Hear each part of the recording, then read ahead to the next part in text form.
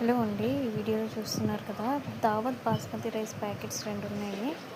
ఇది షాపింగ్ అంతా అయిపోయిన తర్వాత డీమార్ట్ నుంచి బయటకు వచ్చేసాం. బిల్లింగ్ కూడా అయిపోయింది. అప్పుడు చెక్ చేశాను అనమాట. అందులో క్వాంటిటీ ఏమో 3 వేశారు.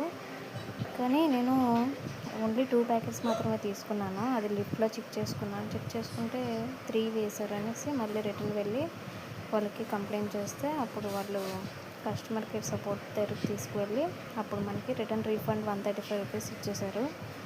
సో ఇలా మనం చెక్ చేసుకోకపోతే మనకే నష్టం. 135 రూపీస్ లాస్ వచ్చేది నేను ఒకవేళ చూడకపోయి ఉండుంటే. సో అలా డూప్లికేట్ అని చెప్పి మళ్ళీ వేసి రీఫండ్ ఇచ్చారనమాట. ఇలా ఈ స్టాంపింగ్ వేసి. సో చెక్ చేసుకోండి. బిల్లింగ్స్ అన్నీ కరెక్ట్గా ఉంటాయి అని అనుకుంటే అవ్వదు. మనం చెక్ చేసుకోవాలి. మనం చెక్ చేసుకుంటే అప్పుడు క్లారిటీ వస్తుంది.